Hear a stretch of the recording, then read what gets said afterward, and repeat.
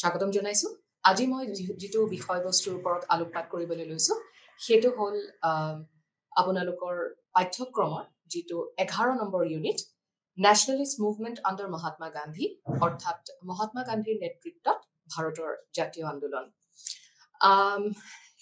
মই এটা বস্তু মই চেষ্টা কৰিম যে আপোনালোকৰ যিখন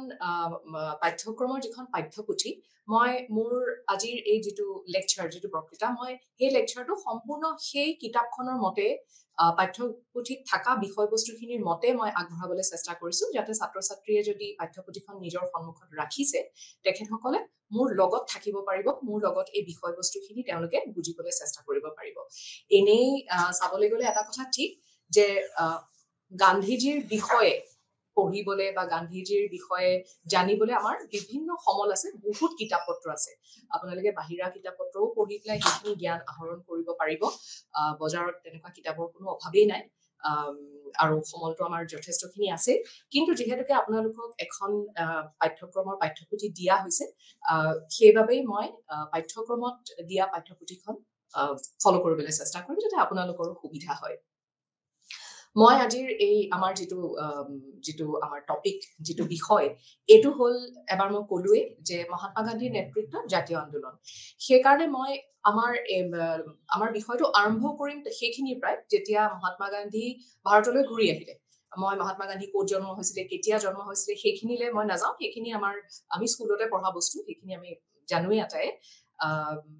আমি আৰম্ভ কৰিম যেতিয়া গান্ধীজী ভাৰতলৈ ঘূৰি আহিলে। সাউথ আফ্ৰিকাত তেখেত দক্ষিণ আফ্ৰিকাত আছিলে কৰ্মসূত্ৰে। তাৰপিছতে 1915 চনত 9 জানুৱাৰী তেখেত ভাৰতলৈ ঘূৰি আহিছিলে। এইখিনি মই এটা কথা মই ইয়াত যোগ কৰিব বিচাৰিছো, ছাত্ৰ-ছাত্ৰীসকলে হয়তো জানে বা বহুতে হয়তো নাজানে, তেখেতসকলৰ ইয়াথাৰ্থে মই ইয়াতে কৈ থওঁ যে আজি ভাৰত চৰকাৰে, আজি বুলি নহয় আজি ভালেমান বছৰ ধৰি পেলাই আমাৰ প্ৰত্যেক বছৰ ভাৰতীয় যিসকল মানুহ বাহিৰত থাকে তেখেতসকলৰ সাফল্য, তেখেতসকলৰ কৰ্মক্ষেত্ৰ, তেখেতসকলে ক'ত ক'ত কি কৰি আছে সেই গোটেইখিনিৰ এটা মানে সেইখিনিৰ আমি এটা মানে কি বুলি কম মই এটা উৎসৱ উদযাপন কৰিবলৈ এটা অনুষ্ঠান পালন কৰা হয় যেটোক আমি প্ৰবাসী ভাৰতীয় দিৱস বুলি কওঁ। সেই প্ৰবাসী ভাৰতীয় দিৱসটো জানুৱাৰী মাহৰ 9 আৰু 10 তাৰিখে উদযাপন কৰা হয়। আৰু এই 9 আৰু 10 তাৰিখ এই তাৰিখকেইটা আচলতে এই গান্ধীজী যে বিদেশৰ পৰা ঘূৰি আহিছিলে, তেখেত প্ৰবাসৰ পৰা যে ঘূৰি আহিছিলে ভাৰতলৈ, সেই তাৰ লগত সংগতি ৰাখি প্ৰবাসী ভাৰতীয় দিৱসৰ সেই দিন দুটা উদযাপন কৰা হয়। সেইটো মই আমাৰ কিতাপৰ বা আমাৰ এই টপিকটোৰ লগত হেৰি নাই, কিন্তু তথাপিও মই ছাত্ৰ-ছাত্ৰীসকলৰ জ্ঞানাৰ্থে মই কথাটো কলো। গান্ধীজী 9 জানুৱাৰী 1915 চনত ভাৰতলৈ ঘূৰি আহিলে। ঘূৰি অহাৰ পিছত তেখেতে প্ৰথমতে সেইখিনি সময়ৰ নেতা গোখলেক নিজৰ ৰাজনৈতিক গুৰু হিচাপে তেখেতে মানি লৈছিলে আৰু গোখলেৰ পৰামৰ্শতে গান্ধীজীয়ে কিন্তু এবছৰ ভাৰতৰ কোনো ৰাজনৈতিক মানে ক্ষেত্ৰখনত তেখেতে মাত মতা নাছিলে বা তেখেতে কোনো ধৰণৰ তাত সক্ৰিয়ভাৱে তেখেতে যোগদান দিয়া নাছিলে। গোখলেয়ে তেখেতক পৰামৰ্শ দিছিলে যে এবছৰ যাতে তেওঁ ভাৰতখন ঘূৰে, ভাৰতৰ মানুহখিনিৰ যাতে বুজ লয়, কাৰণ তেখেত বহুত বছৰ বাহিৰত থাকিলে। ইয়াত থাকি পেলাই তেওঁ ৰাজনৈতিক প্ৰেক্ষাপটত কি হৈ আছে, কি চলি আছে, মানুহৰ চিন্তাধাৰা কেনেকুৱা, মানুহে কি চিন্তা কৰিছে, মানুহে কি বিচাৰিছে,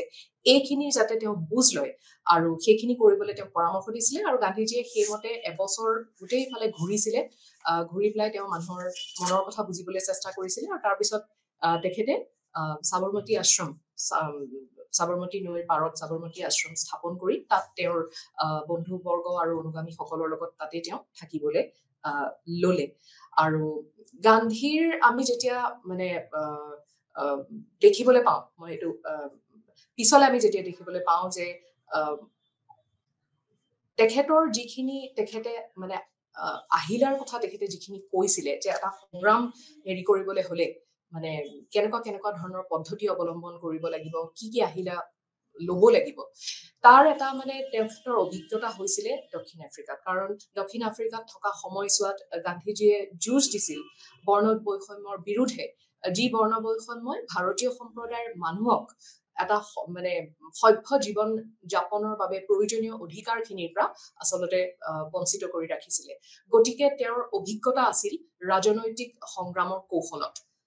দক্ষিণ আফ্ৰিকাৰ পৰা উভতি অহাৰ পিছত গান্ধীজীয়ে ভাৰতীয় জাতীয় আন্দোলনৰ আমি দেখিবলৈ পাওঁ আটাইতকৈ বিশিষ্ট নেতা হিচাপে তেখেতে প্ৰকাশ কৰিছিলে আৰু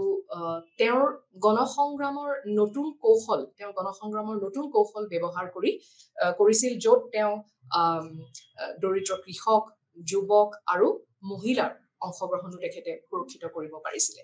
এতিয়া আমি আহিলো হেৰিলে যে গান্ধীবাদী আদৰ্শগত যিখিনি সঁজুলি আৰু যিটো গণসংগ্ৰামৰ পদ্ধতি যিটো আপোনালোকৰ কিতাপত the Gandhian ideological tools and methods of mass mobilisation এইটো হেৰিত আমি দেখিবলৈ যাওঁ প্ৰথমতে কোৱা হৈছে যে গান্ধীজীৰ যিটো চিন্তাধাৰা আছিলে তাত কেনেকুৱা হেৰিৰ বিভিন্ন হেৰিৰ প্ৰভাৱ পৰিছিলে যে তেওঁ আমি দেখিবলৈ পাওঁ যে বৈষ্ণৱ ধৰ্ম জৈন ধৰ্ম এই ধৰ্মবিলাকৰ পৰা তেখেত যথেষ্ট প্ৰভাৱান্বিত হৈছিলে তাৰপিছতে ভাগৱত গীতাৰ পৰা তেখেত যথেষ্ট প্ৰভাৱান্বিত হৈছিলে তাৰোপৰি বিশিষ্ট কিছুমান সেইখিনি সময়ৰ লেখক অৱশ্যে খ্ৰীষ্টান ধৰ্মৰ গছপেলছ বিলাক আছিলে চাৰ্মনছ বিলাক আছিলে সেইবিলাকৰ পৰাও তেখেতৰ চিন্তাধাৰাত যথেষ্ট প্ৰভাৱ পৰিছিলে আৰু তেখেতে নিজেই নিজৰ লেখনিত লিখি থৈ গৈছে যে মানে টলষ্টয় থৰু তাৰপিছতে ৰাস্কিন এনেকুৱা ধৰণৰ যিসকল বিশিষ্ট সেইখিনি সময়ৰ লেখক আছিলে তেখেতসকলৰ লেখনিৰ পৰাও গান্ধীজী যথেষ্ট প্ৰভাৱান্বিত হৈছিলে কিন্তু এটা কথা ঠিক যে গান্ধীজী এজন মানে কৰ্ম কৰা ব্যক্তি আছিলে আৰু তেওঁ নিজৰ কৰ্ম কৰি যাওঁতে তেওঁৰ যিবিলাক অভিজ্ঞতা হৈছিলে সেইবিলাকৰ পৰাই তেওঁৰ পৰৱৰ্তী জীৱনৰ মানে কাৰ্যসূচী খিনি মানে সলনি হৈ গৈ আছিলে এনেকুৱা ধৰণৰ নিজে তেওঁ কেইবা ঠাইতো তেখেতে কৈ গৈছে এতিয়া আমি যেতিয়া গান্ধীবাদী আদৰ্শগত সঁজুলি বুলি আমি কওঁ তেতিয়াহ'লে আমাৰ প্ৰথম মনলৈ আহে সত্যাগ্ৰহ মানে যিটো সত্যৰ শক্তি যে তেখেতে আটাইতকৈ যিটো তেখেতে জোৰ দিছিলে যে সত্যাগ্ৰহ সত্যৰ যিটো শক্তি সেই শক্তিটোৰ ওপৰত একো শক্তি নাই আৰু কেৱল সত্যৰ শক্তিৰ দ্বাৰাহে শত্ৰুক জিকিব পাৰি আৰু সত্যাগ্ৰহ যেতিয়া কৈছিলে সত্যাগ্ৰহৰ কথা যেতিয়া তেওঁ কৈছিলে ইয়াত হিংসা তেওঁ সম্পূৰ্ণ পৰিহাৰ কৰাৰ কথা কৈছিলে লগতে তেওঁ এটা কথা কৈছিলে যে সত্যাগ্ৰহ আৰু নিষ্ক্ৰিয় প্ৰতিৰোধ এই দুটাৰ এটা মানে পাৰ্থক্য আছে নিষ্ক্ৰিয় প্ৰতিৰোধ যিটোক আমি ইংৰাজীত পেছিভ ৰেজিষ্টেন্স বুলি কওঁ যে নিষ্ক্ৰিয় প্ৰতিৰোধক তেওঁ কৈছিলে এইটো আচলতে দুৰ্বল মানুহৰ এটা অস্ত্ৰ আৰু নিষ্ক্ৰিয় প্ৰতিৰোধত কিন্তু আমি হিংসা পৰিহাৰ কৰিম বুলি ক'তো মানে কোৱা নাই যদি দৰকাৰ হয় তাত মানে হিংসাও ব্যৱহাৰ কৰা হ'ব পাৰে কিন্তু সত্যাগ্ৰহত সম্পূৰ্ণ হিংসাৰ পৰিহাৰৰ কথা তেওঁ বাৰে প্ৰতি কৈছিলে দ্বিতীয়টো আহিলাৰ কথা আমি বা সঁজুলিৰ কথা আমি ক'ব লাগিব সেইটো হ'ল অহিংসাৰ কথা কৈছিলে আৰু তেখেতে কৈছে যে সত্যাগ্ৰহৰ আধাৰেই হ'ল অহিংসা যে অহিংসাই সত্যাগ্ৰহৰ আধাৰ হ'ব পাৰে আৰু যিটো তেওঁ বাৰে প্ৰতি কৈছিলে যে সত্যাগ্ৰহৰ বিভিন্ন হেৰি আছে মানে প্ৰকাৰ হ'ব পাৰে যেনে অনশন হ'ব পাৰে তাৰপিছত তোমাৰ অহিংস আন্দোলন হ'ব পাৰে পিকেটিং হ'ব পাৰে তাৰপিছতে অসহযোগ বিভিন্ন ধৰণৰ আমি অসহযোগ কৰিব পাৰো তাৰপিছতে আমি ৰাজনৈতিকভাৱে অসহযোগ কৰিব পাৰো আইন অমান্য কৰিব পাৰো আৰু আইন অমান্য কৰোতে আমি সচেতনভাৱে আইন অমান্য কৰিম যে তাৰ বাবে আমাৰ যি শাস্তি আমাক দিয়া হ'ব যি শাস্তি বিহা হ'ব সেইখিনি শাস্তি আমি মূৰ পাতি ল'ব লাগিব তাৰোপৰি গান্ধীজীয়ে কিছুমান যিহেতুকে তেওঁ বিভিন্ন ধাৰ্মিক পাঠ্যপুথিৰে তেওঁ যথেষ্ট প্ৰভাৱান্বিত হৈছিলে বুলি তেখেতে নিজেই স্বীকাৰ কৰিছে তেখেতে ইউজ অফ ৰিলিজিয়াছ ইডিয়মছ বুলি এটা কথা যে ধৰ্মীয় যি মানে কিছুমান বচন আছিলে সেইখিনিও তেওঁ ব্যৱহাৰ কৰিছিলে যেনেকে তেখেতে ৰাম ৰাজ্যৰ কথা কৈছিলে কিন্তু এটা কথা আমি ইয়াত বুজি পাব লাগিব যে গান্ধীয়ে যেতিয়া মানে ধৰ্মৰ কথা কৈছিলে তেতিয়া কিন্তু আমি খুব এটা সংকীৰ্ণ ৰূপত আমি ধৰ্মৰ কথা ভাবিব নালাগিব যে তেখেতে মানৱ সেৱাই পৰম ধৰ্ম এই কথাটো তেওঁ বিশ্বাস কৰিছিলে আমি ধৰ্ম বুলি ক'লে মানে আমি ধৰ্ম বুলি ক'লে মানে হিন্দু ইছলাম শিখ খ্ৰীষ্টিয়ান তেনেকে আমি যেতিয়া ভাগ কৰি পেলাই চিন্তা কৰোঁ এটা সংকীৰ্ণ ধৰণৰ ধৰ্মৰ কথা ইয়াত গান্ধীজীয়ে নিশ্চয় কোৱা নাছিলে তেখেত মানৱ সেৱাৰ মানৱ ধৰ্মৰ কথা তেখেতে কৈছিলে তাৰপিছতে আমি যেতিয়া তেখেতৰ আৰু সঁজুলিৰ কথা তেতিয়া ক'ম তেতিয়া আমি তেখেতৰ এখন যিখন কিতাপ তেখেতে লিখিছিলে 1909 চনত সেইখন হ'ল হিন্দ স্বৰাজখনৰ কথা আমি ইয়াত ক'বই লাগিব কাৰণ তাত গান্ধীজীয়ে নিজৰ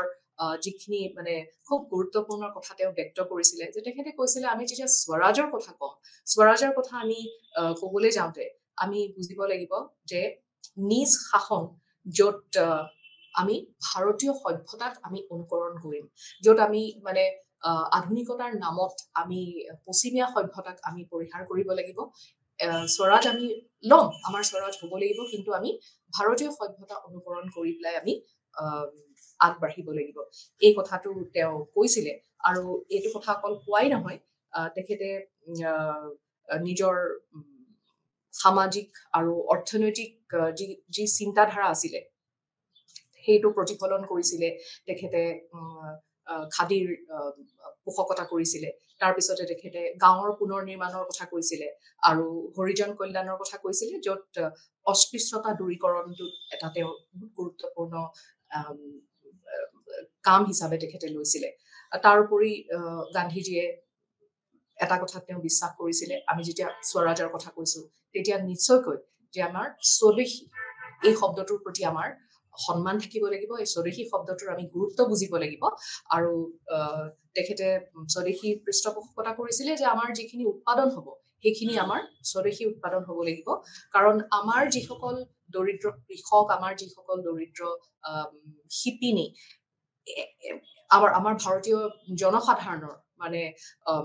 অৰ্থ বচাবলৈ হলে যে আমি স্বদেশী আমাৰ স্বদেশত উৎপাদিত বস্তু মানে সামগ্ৰীৰ ওপৰত আমি জোৰ দিবই লাগিব বিদেশৰ পৰা অহা বস্তু লৈ পেলাই বিদেশত উৎপাদিত বস্তু লৈ পেলাই আমি কিন্তু মানে স্বদেশ জয় কৰিব নোৱাৰিম এই সাৰ কথা তেখেতে কৈছিলে তেখেতে জোৰ দিছিলে এতিয়া যিটো আমাৰ নেক্সট ইয়াৰ পৰৱৰ্তী হেৰিটো আহিলে যে গান্ধীয়ে কেতিয়া আৰু কেনেকে তোমাৰ ভাৰতীয় ৰাজনীতিত তেওঁ কেনেকে যোগ দিলে আমি দেখিবলৈ পাওঁ যিটো প্ৰথম তেখেতৰ হেৰি হৈছিলে যে তেখেতে দক্ষিণ আফ্ৰিকাত যিখিনি কাম কৰিছিলে তেখেতে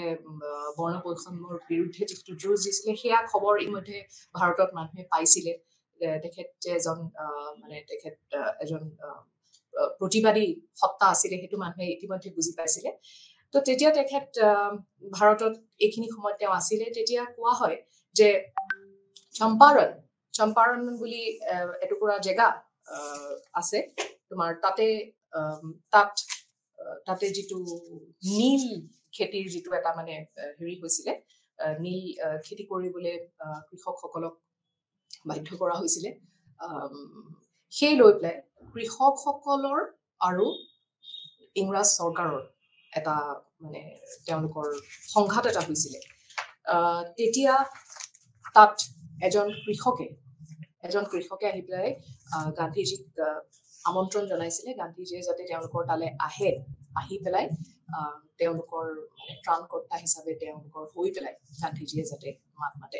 প্ৰথমতে গান্ধীজীয়ে খুব এটা এই কথাটোত গুৰুত্ব দিয়া নাছিলে কিন্তু তাৰ পিছত কিন্তু তেখেত যেতিয়া চম্পাৰণলৈ গ'ল তাত গৈ পেলাই তেওঁ যেতিয়া দেখিলে যে কৃষকসকলৰ কেনেকুৱা ধৰণৰ এটা মানে অৱস্থা এটা হৈছে যে তেখেতসকল কিমান শোষিত তেতিয়া তেখেতে গান্ধীজীয়ে চম্পাৰণৰ গৈ কৃষকসকলৰ হৈ পেলাই এটা অনুসন্ধান সমিতি আচলতে গঠন কৰা হৈছিলে গান্ধীজীৰ জোৰতে হৈছিলে আৰু কৃষকসকলক সকলো দুৰ্যোগৰ পৰা তেখেতে ৰেহাই দিবলৈ সক্ষম হৈছিলে আৰু গান্ধীজীয়ে ভাৰতত প্ৰথম এইটো আইন অমান্য আন্দোলনৰ যুদ্ধ বিজয়ী হৈছিলে এইটো আছিলে গান্ধীজীৰ সক্ৰিয়ভাৱে ভাৰতীয় আমি ৰাজনীতিতে যোগ দিয়া বুলি আমি এইটো প্ৰথম তেখেতৰ হেৰি বুলি আমি ধৰো ইয়াৰ পিছত গান্ধীজীয়ে যিটো ঘটনাত তেখেত যোগ দিছিলে সেইটো আছিলে যে আন এটা ঘটনা আকৌ কৃষকৰ লগতে জড়িত যে খেৰা নামৰ এটুকুৰা জেগাত গুজৰাটত খেৰা নামৰ এটুকুৰা জেগাত কৃষক বনাম চৰকাৰৰ এটা সংঘাত হৈছিলে আকৌ কৃষক আৰু চৰকাৰৰ সংঘাতৰ বেছিখিনি বস্তুৰ কৰ লৈ পেলাই হয় আৰু ৰাজহ লৈ পেলাই তেনেকুৱা ধৰণৰ সংঘাত হয় ইয়াতো তেনেকুৱা এটাই ঘটনা হৈছিলে যে খেৰা নামৰ জেগাত হৈছিলে কি যে তেখেতসকলে যিটো খেতি কৰিছিলে খেতিখিনি বেয়া হৈছিলে তেতিয়া বেয়া হোৱাৰ ফলত তেওঁলোকে যিটো ৰাজহ দিব লাগে সেই ৰাজহটো দিয়াৰ তেওঁলোক অসমৰ্থ আছিলে কিন্তু চৰকাৰে তেওঁলোকক দমন কৰি পেলাই ৰাজহ আদায় কৰিবলৈ চেষ্টা কৰিছিলে আৰু সেইটোৰ হেৰিত গান্ধীজীয়ে তাত গৈ পেলাই তেখেতসকলৰ নিমন্ত্ৰণ মৰ্মে তাত গৈ পেলাই তেখেতে গান্ধীজীয়ে জনসাধাৰণৰ সৈতে এক খুব ওচৰৰ সম্পৰ্ক হৈছিলে আৰু কৃষকসকল আৰু শ্ৰমিকসকলৰ তেওঁ খেৰাৰ যিটো ঘটনা তাতে গান্ধীজীৰ এটা খুব গুৰুত্বপূৰ্ণ অৰিহণা এটা আছিলে ইয়াত আমি এটা বস্তু আমি দেখিবলৈ পাওঁ গান্ধীজীয়ে যেতিয়া কৃষকসকলৰ পক্ষত থিয় হৈছিলে আৰু তেওঁলোকক যাতে ৰেহাই দিয়ে তাৰ দাবী পূৰণ নকৰালৈ তেখেতে কৃষকসকলক ৰাজহ বন্ধ ৰাখিবলৈ পৰামৰ্শ দিছিলে এনেকুৱা ধৰণৰ গান্ধীজীৰ পৰা তেওঁলোকে যিটো সঁহাৰি পাইছিলে সেই সঁহাৰিটোৱে এই কৃষকসকলক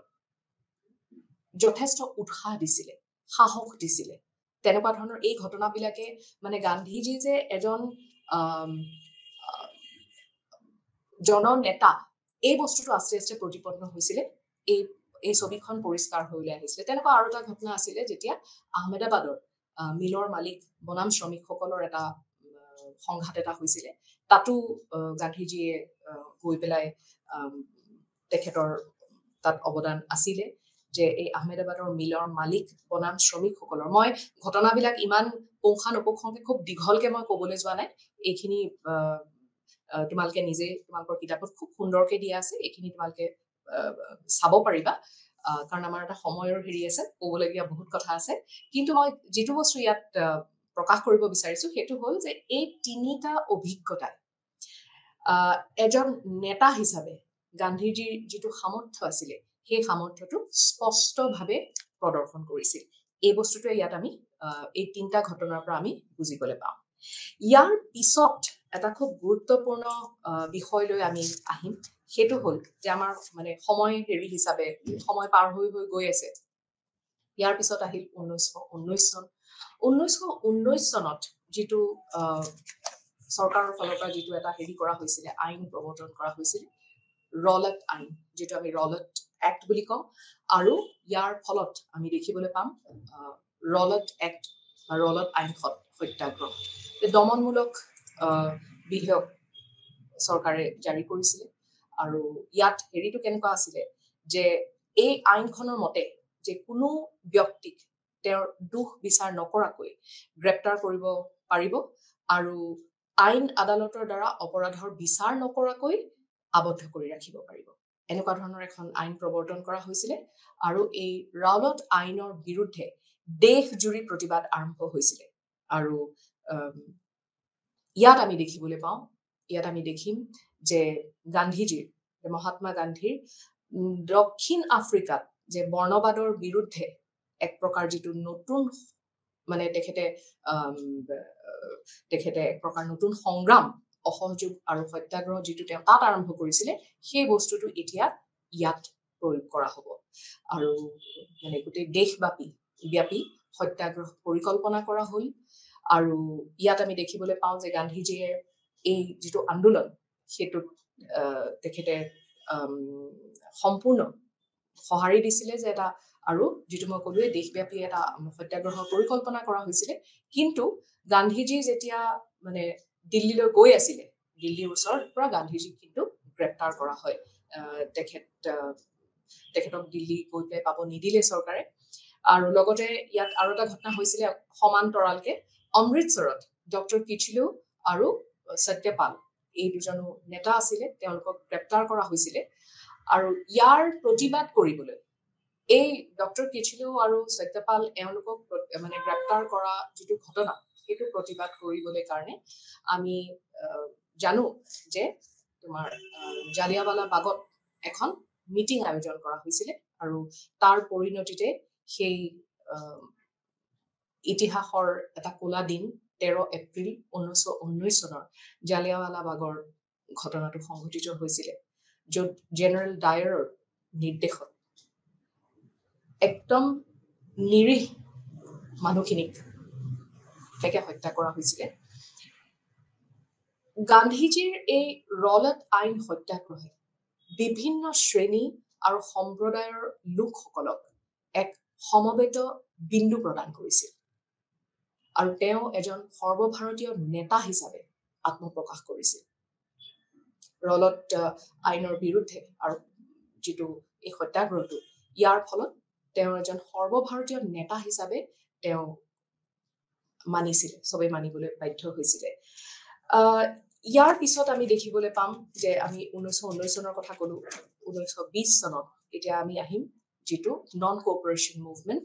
বা অসহযোগ আন্দোলন অসহযোগ আন্দোলনৰ আসলতে আমি আৰম্ভণিটো চাবলৈ গলে অসহযোগ আন্দোলনৰ যেটো ভাৰতত 1920-21 বৰ্ষত ভাৰতীয় জাতীয় আন্দোলনৰ এটা নতুন পৰ্যায়ত প্ৰৱেশ কৰিছিল অৰ্থাৎ গণৰাজনীতি আৰু গণসংগ্ৰামৰ এটা পৰ্যায় ইয়াত আমি দেখিবলৈ পাম যে আৰু এটা আন্দোলন হৈছিল যেটো খিলাফত বুলি কোৱা হয় খিলাফত যেটো আন্দোলন হেতু আছিল তুৰস্কৰ প্ৰতি মুছলমান সকলৰ যেটো অনুভূতি আৰু সমৰ্থন তাৰমানে প্ৰথম বিশ্বযুদ্ধৰ সময়ত যে তুৰস্কৰ যেটো মানে দমন কৰি পেলাই তুৰস্কৰ বহুত জায়গা লৈ লোৱা হৈছিল আৰু তাৰপৰি যিজন তুৰস্কৰ শাসক আছিল তেওঁ খলিফা বুলি কোৱা হয় সেই খলিফাৰ বহুতখিনি তেখেতৰ অধিকাৰ কৰ্তন কৰা হৈছিল এটোৰ বিৰুদ্ধে মুছলমান আমাৰ ভাই সকলে আপত্তি কৰিছিল আৰু ইয়াৰ পৰাই আমি দেখিবলৈ পাওঁ যে ইয়াত খিলাফত আন্দোলন বুলি এটা আন্দোলনৰ প্ৰৱৰ্তন হৈছিল খিলাফ মানে যেটো প্ৰতিবাদ কৰা আৰু এই আন্দোলনৰ লগে লগে আমি দেখিবলৈ পাওঁ যে জাতীয়তাবাদী আন্দোলনলৈ এটা নতুন গতি আহিছিল মুছলমান সকলৰ মাজত এই গঢ়ি উঠা জাতীয়তাবাদৰ ঢৌৱে খিলাফতৰ ৰূপ লৈছিল গান্ধীজীয়ে এই খিলাফত যেটো আন্দোলন হৈছিল এই খিলাফত আন্দোলনটোৰ সমৰ্থন কৰিলে কাৰণ তেওঁ দেখা পালে যে এই খিলাফত আন্দোলনটোৰ সমৰ্থন কৰি তেখেতে আমাৰ মুছলমান ভাই ভনী সকলৰ তেওঁলোকক আমাৰ ভাৰতীয় যেটো জাতীয় আন্দোলন হেতুলে তেওঁ আনিবলৈ এটা খুব ভাল সুযোগ তাৰ উপৰি হিন্দু মুছলমান দুইটা সম্প্ৰদায়ৰ মাজত এটা খুব সুন্দৰ সম্পৰ্ক গঢ়ি তোলাৰ বাবে এটো এটা খুব সোণালী সুযোগ বুলি তেওঁ মানিছিল আৰু সেই কাৰণে গান্ধীজীয়ে এই খিলাফত আন্দোলনটোক সম্পূৰ্ণ তেখেতে সহাৰি জনাইছিল আৰু সেই মৰ্মে যেতিয়া খিলাফত সমিতি গঠন হৈছিল 1919 চনৰ আৰম্ভণিতে অল ইণ্ডিয়া খিলাফত সন্মিলন হৈছিল নৱেম্বৰ 1919 চনত আৰু ব্ৰিটিছ চৰকাৰৰ সৈতে অসহযোগৰ পোষকতা কৰিছিল সেই সন্মিলনে আৰু অসহযোগ আন্দোলনৰ মুখ্য যিখিনি বিষয় আছিল আমাৰ অসহযোগ আন্দোলনৰ যিখিনি আসল বিষয় আছিল কেনেকুৱা যে শিক্ষাৰ ৰাষ্ট্ৰীয়কৰণ হ'ব লাগে থলুৱা সামগ্ৰীৰ প্ৰচাৰ হ'ব লাগে যেটো চৰখা জটৰ আৰু খাদীৰ জনপ্ৰিয়কৰণ হ'ব লাগে স্বেচ্ছাসেৱক বাহিনীত নামভৰ্তি হ'ব লাগে আইন আদালত শিক্ষানুষ্ঠান চৰকাৰী কাৰ্যসমূহ বৰ্জন কৰা আৰু ব্ৰিটিছ সামগ্ৰী বৰ্জন কৰা ব্ৰিটিছৰ দ্বাৰা প্ৰদান কৰা সন্মান আৰু উপাধিৰ সম্পূৰ্ণ এইখিনি বৰ্জন কৰা এই আছিল আমাৰ অসহযোগ আন্দোলনৰ যেটো বিষয়বস্তু অসহযোগ আন্দোলনৰ আমি যেতিয়া পৰ্যায় কেটা চাওঁ তেতিয়া আমি দেখা পাম যে 1921 চনৰ জানুৱাৰীৰ পৰা মাৰ্চ মাহলৈকে প্ৰথম পৰ্যায়ত বিদ্যালয় মহাবিদ্যালয় আইন আদালত বৰ্জন আৰু চৰখা অৰ্থাৎ জটৰ ব্যৱহাৰৰ ওপৰত মুখ্য গুৰুত্ব আৰোপ কৰা হৈছিল ব্যাপক ছাত্ৰ অস্থিৰতা আছিল আৰু আমি দেখিবলৈ পাওঁ যে সিআৰ দাস আৰু মতিলাল নেহেৰুৰ দৰে শীৰ্ষ অধিবক্তাসকলে তেওঁলোকৰ আইনী অনুশীলন ত্যাগ কৰিছিল ইয়াৰ দ্বিতীয় পৰ্যায়টোলৈ আমি যেতিয়া যাওঁ 1921 চনৰ এপ্ৰিলৰ পৰা আৰম্ভ হৈছিল দ্বিতীয় পৰ্যায় এই পৰ্যায়ত মূল উদ্দেশ্য আছিল 1921 চনৰ আগষ্ট মাহৰ ভিতৰত তিলক স্বৰাজ পুঁজি অৰ্থাৎ তিলক ফাণ্ড বুলি যিটো এটা পুঁজি গঠন কৰা হৈছিলে তাৰ বাবে 1 কোটি টকা সংগ্ৰহ কৰা আৰু 1 কোটি কংগ্ৰেছ সদস্যৰ নামভৰ্তি কৰা আৰু 30 জুনৰ ভিতৰত 20 লাখ চৰখা অৰ্থাৎ জটৰ স্থাপন কৰা জুলাইৰ পৰা আৰম্ভ হোৱা তৃতীয় পৰ্যায়ত আকৌ বিদেশী কাপোৰ বৰ্জন আৰু 1921 চনত নৱেম্বৰ মাহত প্ৰিন্স অফ ৱেলছ ভাৰতলৈ আহিবলগীয়া আছিলে সেই প্ৰিন্স অফ ৱেলছৰ সেই ভ্ৰমণ বৰ্জন কৰা চৰখা আৰু খাদী জনপ্ৰিয় কৰা আৰু কংগ্ৰেছ স্বেচ্ছাসেৱকসকলৰ দ্বাৰা জেইল ভাৰৰ ওপৰত জেইললৈ যোৱাৰ জেইল ভাৰৰ ওপৰত গুৰুত্ব আৰোপ কৰা হৈছিলে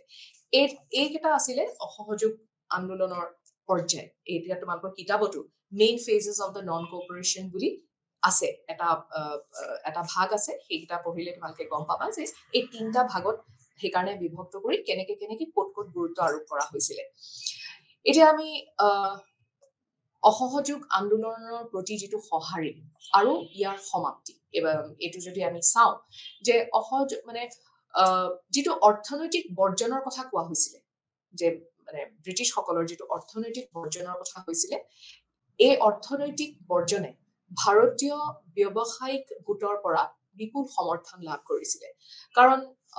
বস্ত্ৰ উদ্যোগটোৱে জাতীয়তাবাদী গুৰুত্বৰ পৰা লাভান্বিত হৈছিলে আৰু স্বদেশী ব্যৱহাৰৰ পৰা তেওঁলোক লাভান্বিত হৈছিলে শিক্ষাৰ্থী আৰু মহিলাসকলৰ পৰা বিপুল সঁহাৰি লাভ কৰা হৈছিল কাৰণ তেওঁলোকৰ গান্ধীজীয়ে বিচাৰিছিলে গান্ধীজীয়ে কৈছিলে যে অকল নেতাসকলে আন্দোলন কৰিলে নহব আন্দোলন বিলাক যেতিয়া কৰা হ'ব ই জনমুখী হ'ব লাগিব তাত ছাত্ৰ ছাত্ৰী তাত কৃষকসকল তাত মহিলাসকলৰ সমানে সহযোগ থাকিব লাগিব তেখেতসকলৰ তাত সঁহাৰি থাকিব লাগিব আৰু আমি দেখিবলৈ পাওঁ যে হাজাৰ হাজাৰ শিক্ষাৰ্থীয়ে চৰকাৰী বিদ্যালয় আৰু মহাবিদ্যালয় এৰিছিলে আৰু এইখিনি সময়ত ৰাষ্ট্ৰীয় বিদ্যালয় আৰু মহাবিদ্যালয়ত যোগদান কৰিছিলে আমি এইখিনি সময়ত দেখিবলৈ পাওঁ নতুনকৈ আৰম্ভ হৈছিলে আমাৰ ৰাষ্ট্ৰীয় প্ৰতিষ্ঠানসমূহ যেনেকে কাশী বিদ্যাপীঠ গুজৰাট বিদ্যাপীঠ আৰু জামিয়া মিলিয়া ইছলামিয়াৰ দৰে এনেকুৱা ধৰণৰ আমাৰ ৰাষ্ট্ৰীয় প্ৰতিষ্ঠানসমূহ এইখিনি সময়ত আৰম্ভ কৰা হৈছিলে শিক্ষাৰ্থীসকলে আন্দোলনটোত সক্ৰিয়ভাৱে স্বেচ্ছাসেৱক হৈ পৰিছিলে আৰু মহিলাসকলেও আগবাঢ়ি আহিছিলে তেওঁলোকে ঘৰৰ ভিতৰৰ পৰা ওলাই আহিছিলে ৰাজপথলৈ আন্দোলনত যোগ কৰিবলৈ আৰু আনকি তেওঁলোকে তিলক যিটো পুঁজি গঠন কৰা হৈছিলে তালে তেওঁলোকে নিজৰ গহনা পৰ্যন্ত তেওঁলোকে আগবঢ়াইছিলে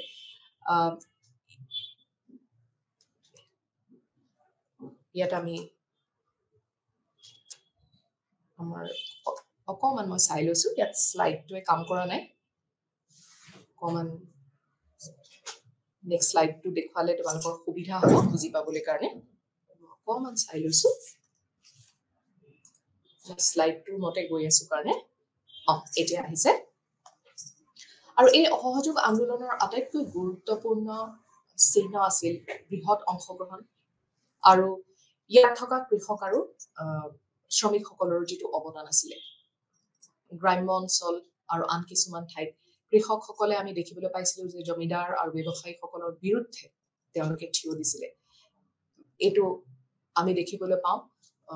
যে গান্ধীজীৰ যিটো নেতৃত্ব এইখিনি আমি দেখিবলৈ পাইছিলো অসহযোগ আন্দোলনৰ যিটো হেৰি আছিলে সেইটো গান্ধীজীয়ে এটা কথা কৈছিলে যে অহিংস আন্দোলন সত্যাগ্ৰহৰ ওপৰত তেখেতে খুবেই গুৰুত্ব আৰোপ কৰিছিলে কিন্তু তাৰ পিছত এটা ঘটনা হ'ল সেই ঘটনাটো হৈছিলে যে যিটো আমি জানো 1922 চনত গোৰখপুৰৰ চৰিচৰাত এটা ঘটনা হৈছিলে য'ত মানে প্ৰতিবাদীসকলে আন্দোলনকাৰীসকলে সত্যাগ্ৰহ যিটো পথত তেওঁলোকে চলি আছিলে সেই সত্যাগ্ৰহৰ পথ পৰিহাৰ কৰি তেওঁলোকে হিংসাত পথ বাছি ললে যিটো কাৰণে গান্ধীজীয়ে বুজি পালে যে এতিয়াও হয়তো মানুহে সত্যাগ্ৰহ পূৰ্ণ ব্যাখ্যাটো বুজি পোৱা নাই গান্ধীজীয়ে এই ঘটনাটোত খুব দুখ প্ৰকাশ কৰিছিলে তেওঁ খুব দুখিত হৈছিলে আৰু তেখেতে আন্দোলনটো বন্ধ কৰিছিলে অকল আন্দোলনটো বন্ধ কৰাই নহয় তেখেতে 5 দিনৰ কাৰণে তেখেতে অনশন কৰিছিলে আৰু অনুতপ্ত হৈ তেখেতে অনশন কৰিছিলে আৰু 1922 চনৰ তাৰ পিছত তেওঁলোকে সেই 5 দিনৰ হেৰিৰ পিছত তেওঁ এই আন্দোলনটো অসহযোগ আন্দোলনটো তেওঁ উঠাই লৈছিলে আৰু 1922 চনৰ 10 মাৰ্চত তেখেতক গ্ৰেপ্তাৰ কৰা হৈছিলে আৰু 6 বছৰৰ বাবে গান্ধীজীক কাৰাবাস দিয়া হৈছিলে গতিকে এনেকুৱা ধৰণে ঘটনা প্ৰবাহবিলাক আগবাঢ়ি গৈ আছিলে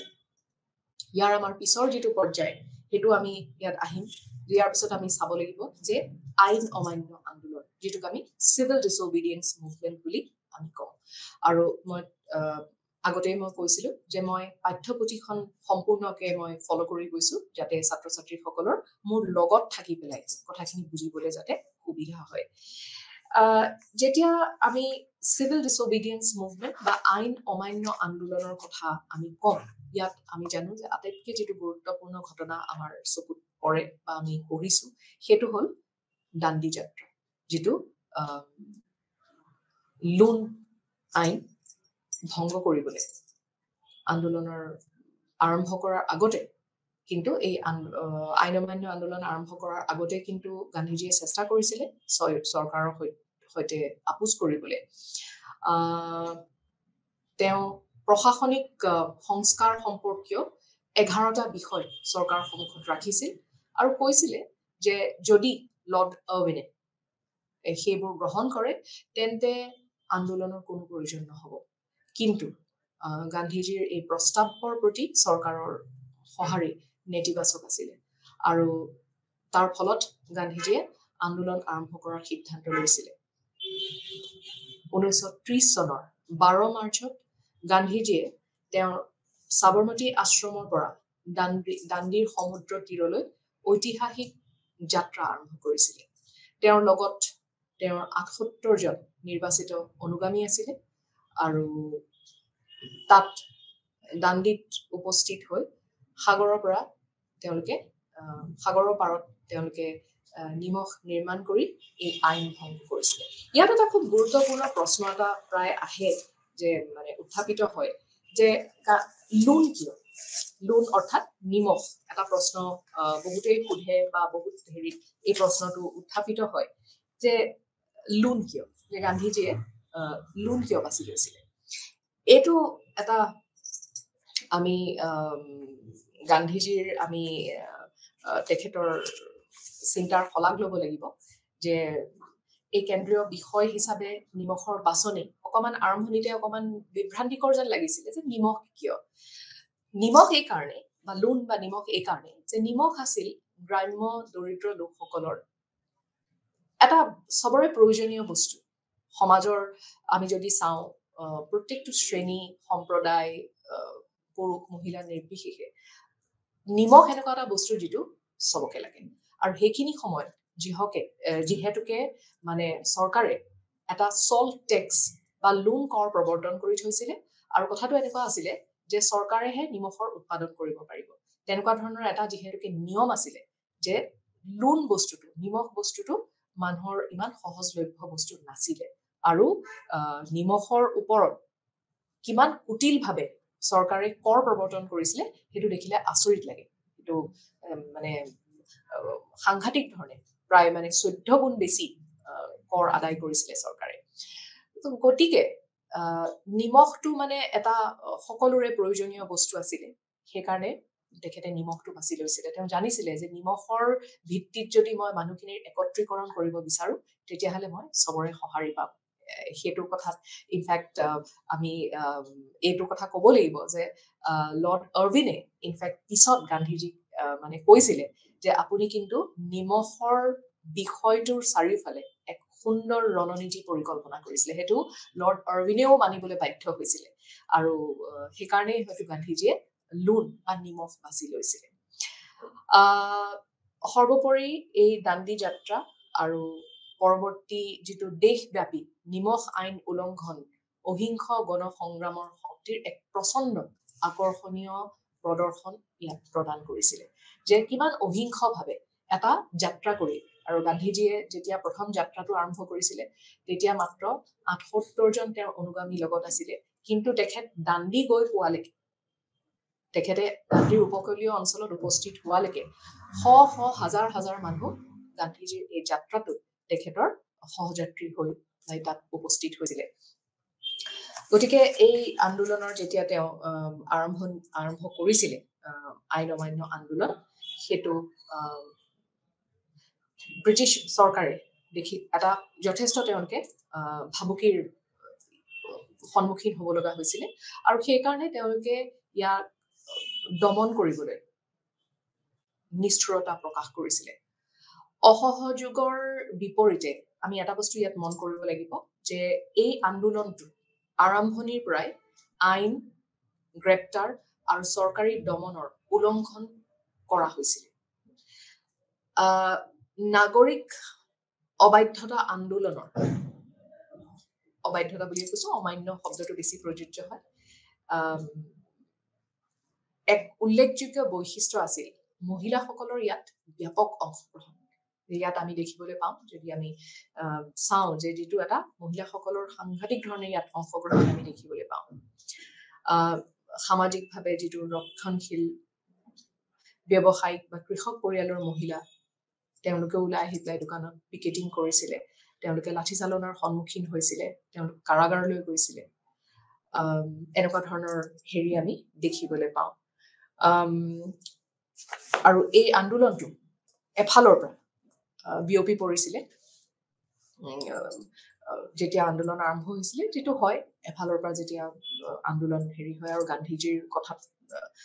গোটেই দেশত এটা ব্যাপক শিহৰণৰ সৃষ্টি হৈছিলে ইয়াৰ পিছৰ যেটো গুৰুত্বপূৰ্ণ হেৰি আমি দেখিবলৈ পাওঁ ঘটনা আমি দেখিবলৈ পাওঁ যে গান্ধী আৰৱিন্দ চুক্তি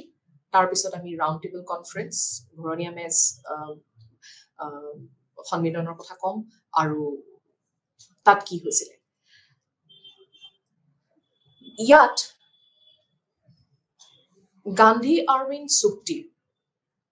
যেটো Gandhi Irwin pact round table conference and second phase এটো পাঠ্যপুথিৰ মতে মই আগবাঢ়িছো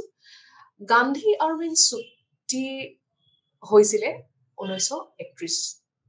ইয়াৰ যিখিনি পৰিণাম আছিলে সেইখিনি পৰিণাম খুব সফল নহল গান্ধীয়ে সত্যাগ্ৰহ আন্দোলন প্ৰত্যাহাৰ কৰাৰ প্ৰতিশ্ৰুতি দিছিল আৰু আৰৱিনে সন্মত হৈছিল তেওঁ সন্মতি দিছিল যে এই সময়ত বন্দী হৈ থকা সকলক মুক্তি দিয়া হ'ব আৰু ভাৰতীয়সকলক ঘৰুৱা নিমখ উৎপাদন ব্যৱহাৰৰ বাবে অনুমতি দিয়া হ'ব আৰু গান্ধীজীয়ে মানি লৈছিল যে তেওঁ আন্দোলনটো প্ৰত্যাহাৰ কৰিব এইটো কিন্তু বাকি যিসকল আমাৰ সেইখিনি সময়ত নেতা আছিল কংগ্ৰেছী নেতা আছিল সেই নেতাসকলে কিন্তু মানি ল'বলৈ বৰ টান পাইছিলে যে গান্ধীজীয়ে কিয় আৰৱিনৰ এই কথাটোত মানি ল'লে কি কাৰণে তেওঁ এইখিনি সন্মতি দিছে যে আন্দোলনটো উঠাই ল'বলৈ কাৰণে আৰু গান্ধীজী কিমানে বেয়া পোৱা হৈছিলে এইখিনি সময়ত এটা মানে হেৰি হৈছিলে প্ৰতিক্ৰিয়া এটা হৈছিলে যে কৰাচীত যে গান্ধীজীৰ বিৰুদ্ধে ক'লা পতাকা প্ৰদৰ্শন কৰা হৈছিলে তাৰ পিছতে আমি দেখিবলৈ পাওঁ যে গান্ধীজী দ্বিতীয় যেটো ৰাউণ্ড টেবল কনফাৰেন্স তালৈ গান্ধীজীৰ তেখেত তালে যায় কিন্তু সেই ৰাউণ্ড টেবল কনফাৰেন্সো খুব এটা ফলপ্ৰসূ নহলে কাৰণ দ্বিতীয় ৰাউণ্ড টেবল কনফাৰেন্সত যেতিয়া গান্ধীজী গৈছিলে তেতিয়া মানে দেখা গ'ল যে সকলোৰে তাত সহাৰি নাছিলে ইয়াত এটা কথা হ'ল যে নিৰ্মম দমনৰ সন্মুখীন হৈ গণ আন্দোলন ক্ৰমান্বয়ে হ্ৰাস হোৱাৰ লগে লগে ভাৰতীয়সকলৰ কিছু অংশৰ অৰ্থনৈতিক মানে তেওঁলোকে অৰ্থনৈতিক গণনা কৰিলে আৰু তেওঁলোকে দেখিলে যে কিমান লোকচান হ'ব তেনেকুৱা ধৰণৰ এটা হেৰি কৰি ৰাজনৈতিক বস্তুবাদী ভাৰতীয় ডাঙৰ ব্যৱসায়িক সকলৰ সহযোগিতাৰ দিশে ঠেলি দিছিল কাৰাগাৰত থকা গান্ধীজীয়ে স্বাভাৱিকতে তেওঁ দেখিলে যে আন্দোলনটো এক সন্মানীয় পৰ্যায়ত তেখেতে তুলি লোৱাটোই ভাল হ'ব আৰু সেই কাৰণে তেখেতে 1933 চনত তেখেতে এই আন্দোলনটো সাময়িকভাৱে তেখেতে আন্দোলনটো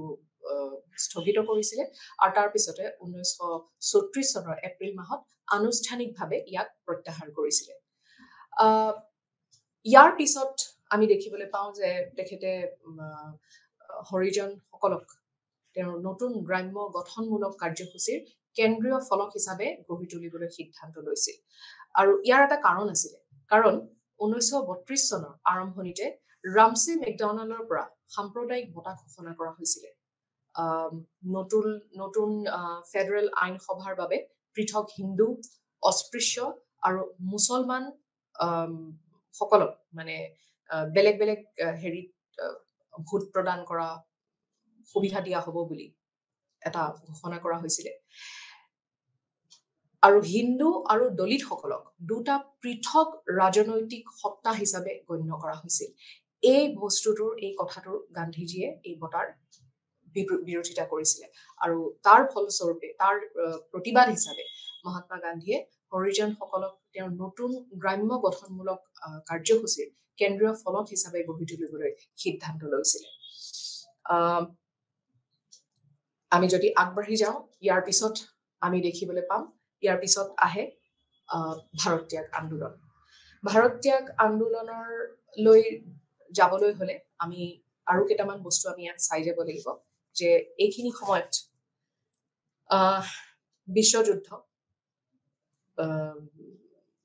বিশ্বযুদ্ধৰ যিটো পৰিৱেশ আছিলে সেই পৰিৱেশটো ইংৰাজ চৰকাৰৰ কাৰণে খুব এটা সুফলদায়ক হোৱা নাছিলে আৰু সেইখিনি সময়ত তেওঁলোকে এটা বস্তু জানিছিলে যে এইখিনি সময়ত ভাৰতৰ লগত এটা তেওঁলোকৰ সৌহাৰ্দ্য এটা বুজাবুজি তেওঁলোক আহাটো গুৰুত্বপূৰ্ণ আৰু যুদ্ধত ভাৰতৰ যিটো সঁহাৰি সেইটো তেওঁলোকৰ কাৰণে খুব গুৰুত্বপূৰ্ণ আছিলে আৰু সেইকাৰণে ভাৰতলৈ ছাৰ ষ্টাফৰ্ড ক্ৰিপছক পঠোৱা হৈছিলে কেইটামান শৰ্ত দি পেলাই ষ্টাফৰ্ড ক্ৰিপছ আহিলে আহি পেলাই কেইটামান প্ৰস্তাৱ তেওঁ আগবঢ়ালে যে যুদ্ধৰ শেষ হোৱাৰ পিছত যে ভাৰতক স্বায়ত্তশাসন প্ৰদান কৰা হ'ব আৰু লগতে যুদ্ধ শেষ হোৱাৰ পিছত যুদ্ধৰ সমাপ্তিৰ পিছত সংবিধান এখন তৈয়াৰ কৰাৰ এখন কমিটি গঠন কৰা হ'ব য'ত ব্ৰিটিছ ভাৰতৰ সদস্যসকল থাকিব আৰু য'ত আমাৰ থলুৱা ৰাজ্যসকলৰো সদস্যসকল থাকিব ইয়াত এটা কথা কোৱা হৈছিলে যে এটা সংযুক্ত ভাৰতীয় ৰাজ্যৰ এটা গঠন কৰা হ'ব তাত কোৱা হৈছিলে যে কোনবা ভাৰতীয় ৰাজ্যই যদি এই সংযুক্ত ভাৰতীয় ৰাজ্যসকলৰ লগত থাকিব নোখোজে আৰু তেখেতসকলে যদি ব্ৰিটেইনৰ লগত পোনপটীয়াকৈ সংযোগ ৰাখিব খোজে সেইটো তেওঁলোকে পাৰিব আৰু লগতে এইটোও কোৱা হৈছিলে যে প্ৰতিৰক্ষা আৰু সামৰিক অভিযানৰ যিখিনি নিৰ্ণয় তেওঁলোকে ল'ব সেইখিনি কিন্তু ব্ৰিটিছ চৰকাৰৰ হাতত থাকিব এই যিকেইটা প্ৰস্তাৱ ক্ৰিপছে লৈ আহিছিলে সেইকেইটা কিন্তু ইয়াত গোটেইকেইটা ভাৰতীয় যিবিলাক আমাৰ সেইখিনি সময়ত নেতা আছিলে যিকেইটা ভাৰতীয় দল আছিলে চবেই একেমুখে প্ৰত্যাখ্যান কৰিছিলে কোনে এইটো মানি লোৱা নাছিলে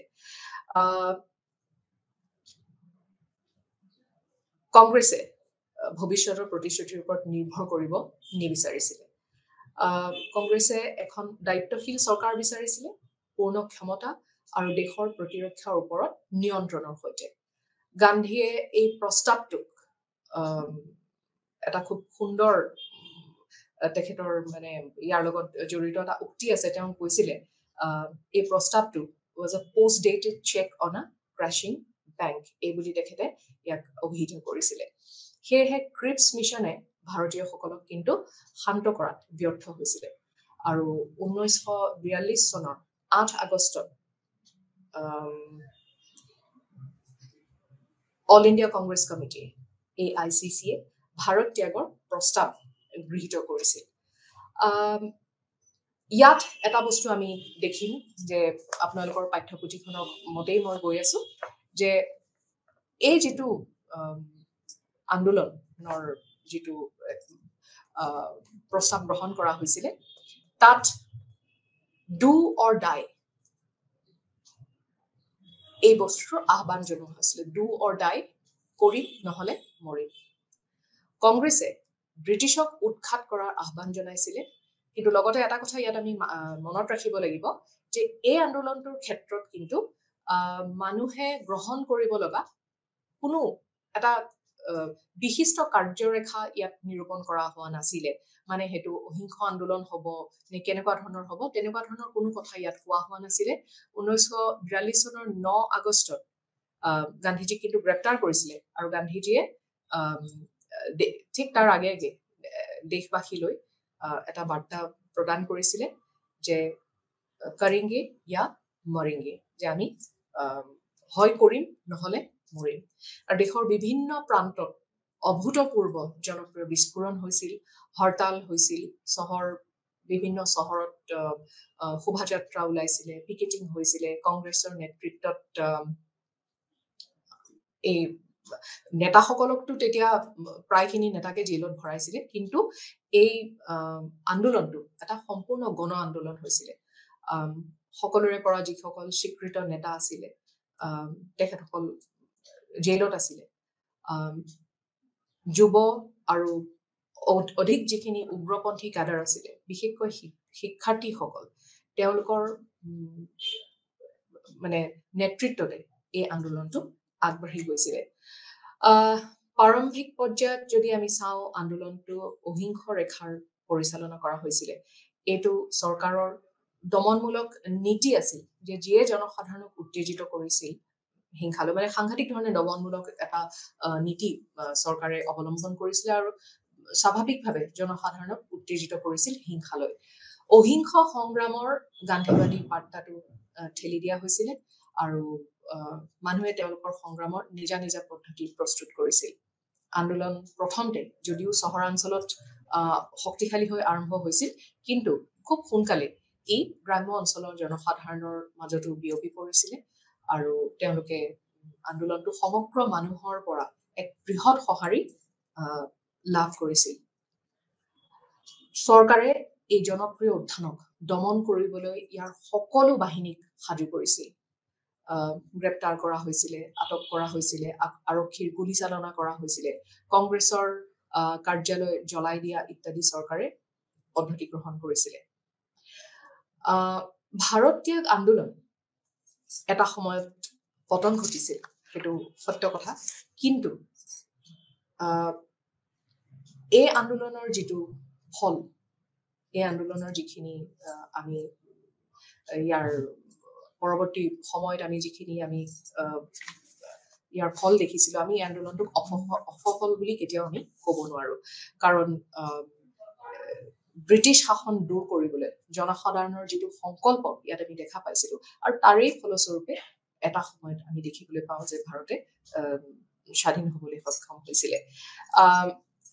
আমি যেতিয়া স্বাধীনতাৰ কথা কম আমি যেতিয়া ভাৰতৰ স্বাধীনতাৰ কথা কম আমাৰ হাতত সময় খুব বেছি নাই সেইকাৰণে মই অকণমান চমু কৰি আনিছো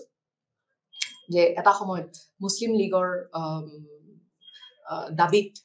পাকিস্তানৰ সৃষ্টিৰ কথা আহিলে যিটো গান্ধীজীয়ে একেবাৰেই ভাল পোৱা নাছিলে আৰু এইটো তেখেতে চেষ্টা কৰিছিলে বহুত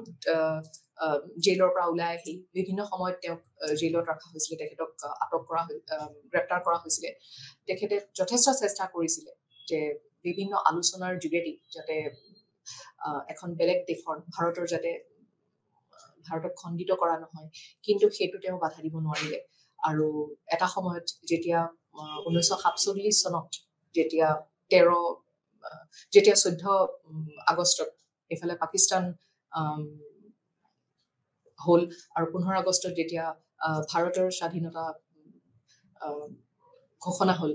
তেতিয়া কিন্তু গান্ধীজীয়ে কোনো ধৰণৰ উৎসৱত তেওঁ ভাগ লোৱা নাছিলে আৰু সেইখিনি সময়ত তেওঁ যিটো সাম্প্ৰদায়িক যি এটা মানে সাংঘাতিক ধৰণৰ এটা সংঘাত চলি আছিল সাম্প্ৰদায়িক সংঘাতত তেওঁ বিভিন্ন ঠাইত তেওঁ ঘূৰি পেলাই সেই সাম্প্ৰদায়িক সংঘাতবোৰ কেনেকে নাইকিয়া কৰিব পাৰি মানুহৰ মাজত কেনেকে মিলাপ্ৰীতি আনিব পাৰি তেওঁ সেইটো কামত নিজকে সংযোগ কৰিছিলে আৰু আমি দেখিবলৈ পাওঁ যে তেখেতৰ যেতিয়া আমি মৃত্যুৰ কথা কওঁ তেতিয়া আমি দেখিবলৈ পাওঁ যে 30 জানুৱাৰী সেই দিনটো আমাৰ সদায় এটা স্মৰণীয় দিন হৈ ৰয় তেখেতক হত্যা কৰা হৈছিলে আৰু গান্ধীজী এজন মানুহ আছিল কিন্তু তেখেতে নিজৰ জীৱনকালত তেখেতৰ কৰ্মৰাজিৰে তেখেতৰ অৱদানেৰে যিটো তেখেতে পৰ্যায় পাইছিলে তেখেতক আমি সেইকাৰণে মহাত্মা বুলি কওঁ গান্ধীজীৰ আচল নামটোতো মহাত্মা নাছিলে গান্ধীজীৰ আচল নাম আছিলে মোহনদাস কৰমচান্দ গান্ধী কিন্তু তেখেতক আমি বাপু আৰু মহাত্মা বুলিয়ে কৈছিলো আজিও কওঁ কাৰণ তেখেতৰ যিটো অৱদান ভাৰতৰ ইতিহাসত যদি গান্ধীজীৰ আৱিৰ্ভাৱ নহ'লেহেঁতেন তেতিয়াহ'লে ভাৰতৰ ইতিহাস কি হ'লহেঁতেন সেইটো এটা বেলেগ ধৰণৰ বিচাৰ্য বিষয় হ'ব চাগে কিন্তু আমি এটা কথা আমি অকপতে স্বীকাৰ কৰিব লাগিব যে গান্ধীজীয়ে যে এই গোটেই জাতীয় আন্দোলনটোক যেনেকে নেতৃত্ব দি পেলাই তেখেতে যিফালে তেওঁ লৈ গ'ল যেনেকে এটা বিশেষকৈ সত্যাগ্ৰহ আৰু অহিংসাৰ মাজেৰে তেখেতে যেনেকে পথ প্ৰদৰ্শন কৰি ভাৰতৰ জনতাক স্বাধীনতাৰ ফালে লৈ গ'ল গান্ধীজী নাথাকিলে হয়তো সেইটো ঘটনা কেতিয়াও নহ'লহেঁতেন বেলেগ ধৰণৰ ইতিহাস হ'লহেঁতেন সেইটো আমি নাজানো কিন্তু এটা কথা ঠিক যে 1919 চনৰ পৰা 1947 চনলৈকে এই গোটেই যুগটো আমি গান্ধীৰ যুগ বুলি এইকাৰণেই কওঁ কাৰণ তেখেতৰ নেতৃত্বত আমাৰ গোটেই জাতীয় আন্দোলনটো ক্ৰমান্বয়ে এটা পৰ্যায়ৰ পৰা আনটো পৰ্যায়লৈ আগবাঢ়িছিলে বিভিন্ন ধৰণৰ তেখেতে আলোচনাত বহিছিলে তেওঁ চেষ্টা কৰিছিলে যে ভাৰতৰ মানুহখিনিৰ এক হৈ থাকক হিন্দু মুছলমানখিনিৰ মাজত যাতে এক হৈ থাকক তেখেতে অন্তৰৰ পৰা চেষ্টা কৰিছিলে যাতে পাকিস্তানৰ সৃষ্টি নহওক কিন্তু সেইটো বাৰু তেওঁ বাধা দিব নোৱাৰিলে আৰু গান্ধীজীয়ে সেইকাৰণে 1947 চনত যেতিয়া আমি স্বাধীন দেশ হিচাপে সমগ্ৰ দেশতে উলহ মালহেৰে স্বাধীনতা পালন কৰা হৈছিলে গান্ধীজীয়ে কিন্তু সেই উৎসৱত তেওঁ ভাগ ল'ব পৰা নাছিলে কাৰণ ক'ৰবাত তেওঁৰ মনত এটা খুব মানে দুখ থাকি গ'ল যে স্বাধীনতাটো আমি পালো কিন্তু তাৰ কাৰণে আমি এটা বহুত আমি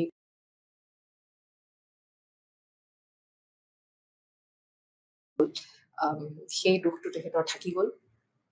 আৰু গান্ধীজীক সেইকাৰণে হয়তো আমি আজিও শ্ৰদ্ধাৰে শুৱৰো আমি আজিও গান্ধীক বাপু বুলি কওঁ আমি মহাত্মা বুলি কওঁ কাৰণ তেখেতৰ যিটো অৱদান সেই অৱদান কিন্তু অদ্বিতীয় সেইটোৰ আমাৰ তাত কোনো দ্বিমত থাকিব নোৱাৰে মই আশা কৰিছো যে আমাৰ আজিৰ এই যিটো ক্লাছ আছিলে সেইটো ছাত্ৰ ছাত্ৰীসকলৰ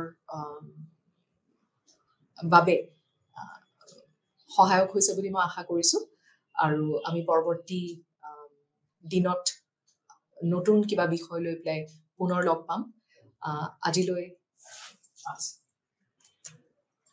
মই এটা কথাই মই কওঁ যে আজিলৈ মই সামৰাৰ আগতে মই এটা কথাই কওঁ যে এটা হেৰি আমি চাব লাগিব যে মানে বহুতো কাৰকে ৰাষ্ট্ৰীয় আন্দোলনক এক তীব্ৰ গণ আন্দোলনলৈ বিকাশ কৰাত অৰিহণা যোগাইছিল আৰু তাৰে এটা আছিলে কিন্তু দক্ষিণ আফ্ৰিকাত বৰ্ণবৈষম্যৰ বিৰুদ্ধে গণসংগ্ৰামৰ অভিজ্ঞতা লাভ কৰি ভাৰতলৈ অহা মোহনদাস কৰমচান্দ গান্ধীৰ প্ৰৱেশ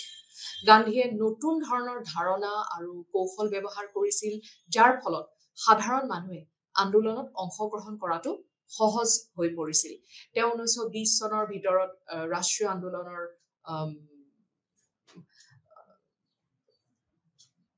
নেতা হৈছিল আৰু 1947 চনত স্বাধীনতা লাভ নোহোৱালৈকে তেনেকৈ আছিল তেওঁৰ আবেদনত তিনিটা